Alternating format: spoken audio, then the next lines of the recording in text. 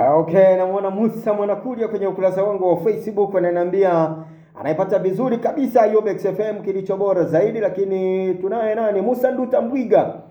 Msaki Pambakari, kuna huyu hapa nani? Huyu ni Nzovurianga ananiambia anaisikiliza Yobex FM, lakini pia Mama Martha najua sasa hivi ametune. Ametune ananisikiliza tu.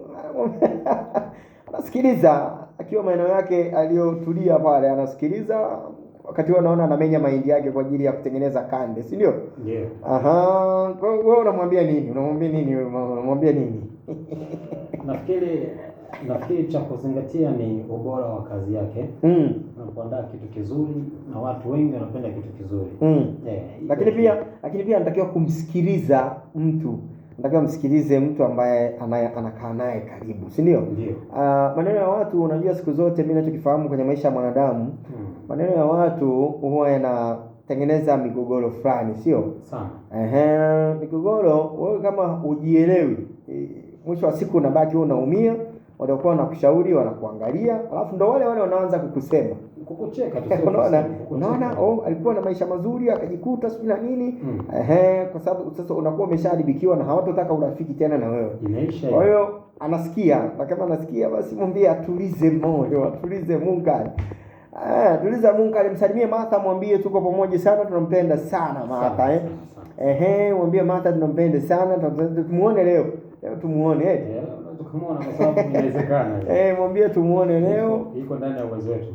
Sawa, lakini pia kuna Mama V maeneo ya wapi hapa? Utengule. Ana wapishi wote wa Utengule. Kuna dada pale sajaniambia ana saluni yake pale Utengule. Kuna mama pale anatuuzia vinywaji.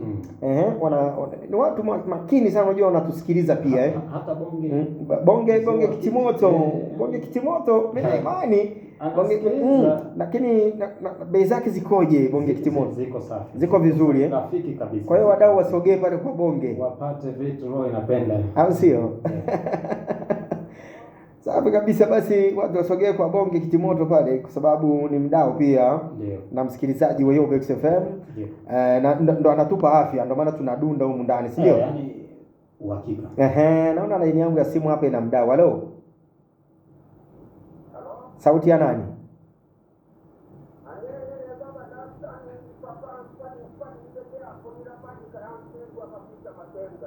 Ulipata Masenga hapo. Okay, kumbe mnatusikia hapo na ndege zilipodondokea mnatusikiliza pia, si ndio?